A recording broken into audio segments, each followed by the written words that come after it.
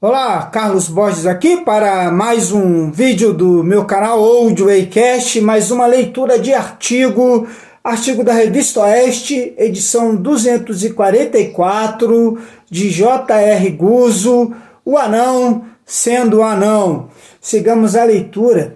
Em seus quase 2 anos de governo, Lula fez o país regredir à classificação de nação bandida, sem poder militar capaz de abater uma galinha boliviana e com paixão pelas piores ditaduras do planeta. O Brasil ganhou 10 anos atrás, durante o governo Dilma, um desses apelidos que pegam para o resto da vida, anão diplomático. Com a volta de Lula à presidência da República, segundo eles, o Brasil voltou, mas o lema certo seria: o anão voltou.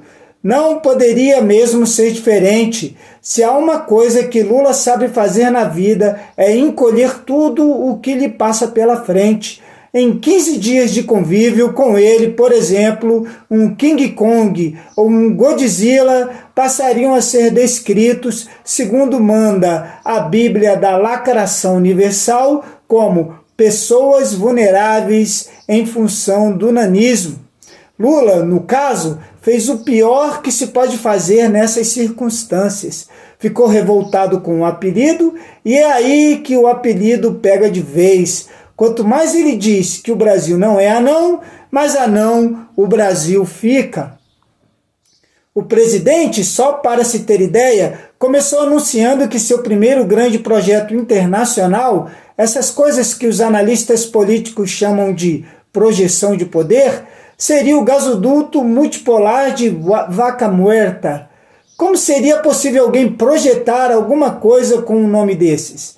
Aí fica difícil. Nem é preciso dizer que o gasoduto de Lula não trouxe ao Brasil até agora o gás necessário para fazer um único ovo frito. A vaca continua mais muerta do que jamais esteve.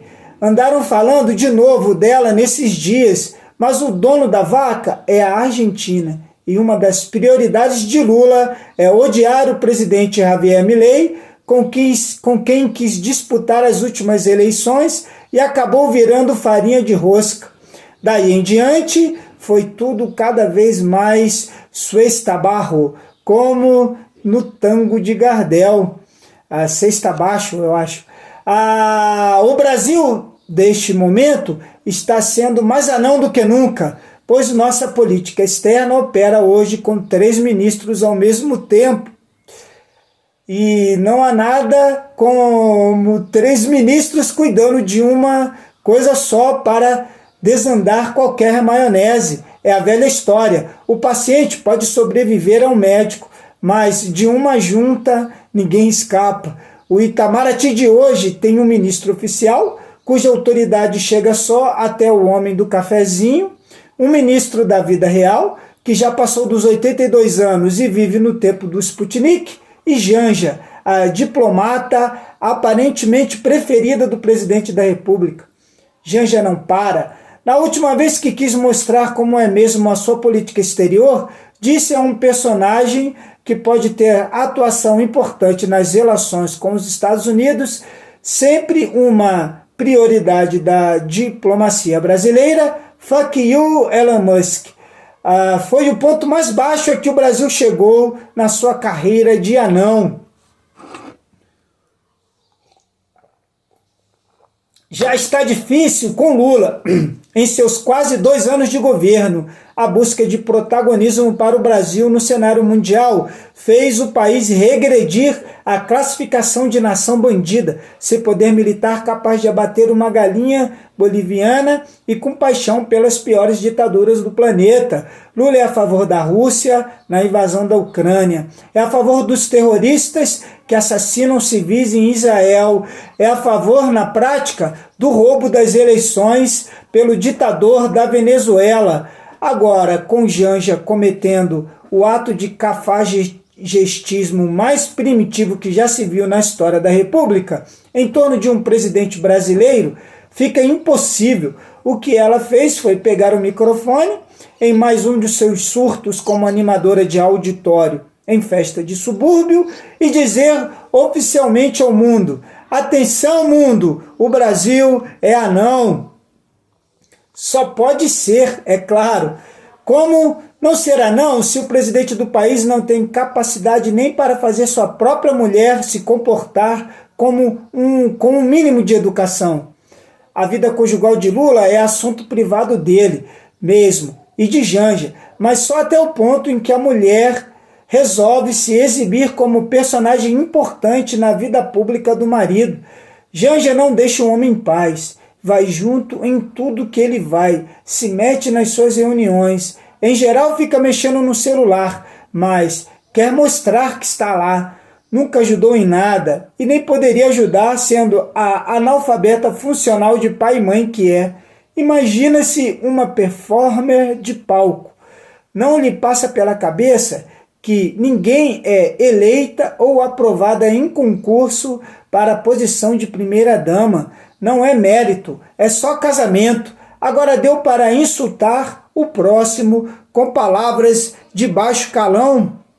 Lula, há 40 anos, demonstra que só tem coragem para atirar nos feridos que estão caídos no chão e não podem se defender. Ou então, o poderoso remoto, inofensivo ou sem rosto, que não vai lhe fazer nada, tipo a ordem econômica internacional, a fome e outros inimigos em estado gasoso. No caso do fuck you, mais uma vez, ele foi Lula no papel de Lula. Até agora, não teve a capacidade de reprovar em público a estupidez que a mulher cometeu. Fez alguns resmungos dizendo: não se deve xingar os outros. E disso não passou. Muito melhor fez o ministro que não teve vergonha alguma de se exibir como puxa-saco geral da União e já saiu na frente dizendo que a grosseria primitiva de Janja era um grito que todos os brasileiros queriam dar. O presidente da República pode ser o marido bocó do folclore, o homem velho que casa com uma mulher nova e se imagina o galo do terreiro, mas só consegue fazer os outros rirem ao se comportar como um banana em tempo integral. Também pode não ser, mas está fazendo um papel tão parecido, mas tão parecido, que fica cada vez mais difícil notar a diferença. No caso específico de Janja, como ele é o presidente do Brasil, a comédia dá um prejuízo gigante para o pagador de impostos. A ministrada e o resto da gataria gorda do governo aprenderam, antes mesmo de se sentarem nas suas cadeiras, que a prioridade máxima de qualquer Zé Mané de Brasília é puxar o saco de Janja. Puxou, levou e, no fim das contas, o erário pagou. No último assalto, levaram 35 milhões de reais e a fatura ainda não está fechada, da banda mais extremista das estatais, pagando Janja Palusa, um festival de música de baixa categoria apresentado por Janja nas vésperas da conferência do G20 no Rio de Janeiro. Diretores do Banco do Brasil circulavam entre os quiosques do evento em carrinhos de golfe, protegidos por seguranças armados, vendiam-se bandeiras de Cuba e o resto é o que você pode imaginar. Essa reunião de magnatas, a propósito, foi uma das espécies de apoteose do Brasil anão. Roubaram um carro da comitiva oficial, faltou água no recinto, caiu a internet na sala de imprensa. O G20 deveria projetar o Brasil como potência do sul global de Lula. Mostrou o Brasil como ele é.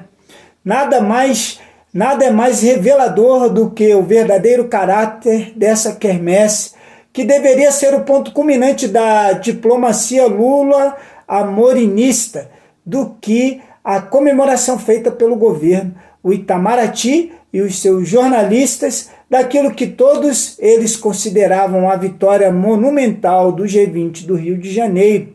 Saiu um comunicado oficial ao fim da reunião. É um dos pedaços de papel mais sem gosto, sem cheiro e sem cor que já saiu de uma aglomeração de burocratas como essa.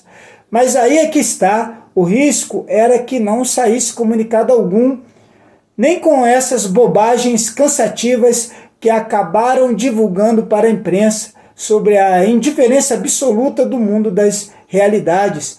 Foi isso a obra-prima da nossa política externa. Montar um comunicado tão pedestre, tão vazio e tão morto, que ninguém, no fim, precisou sequer se dar ao trabalho de achar ruim.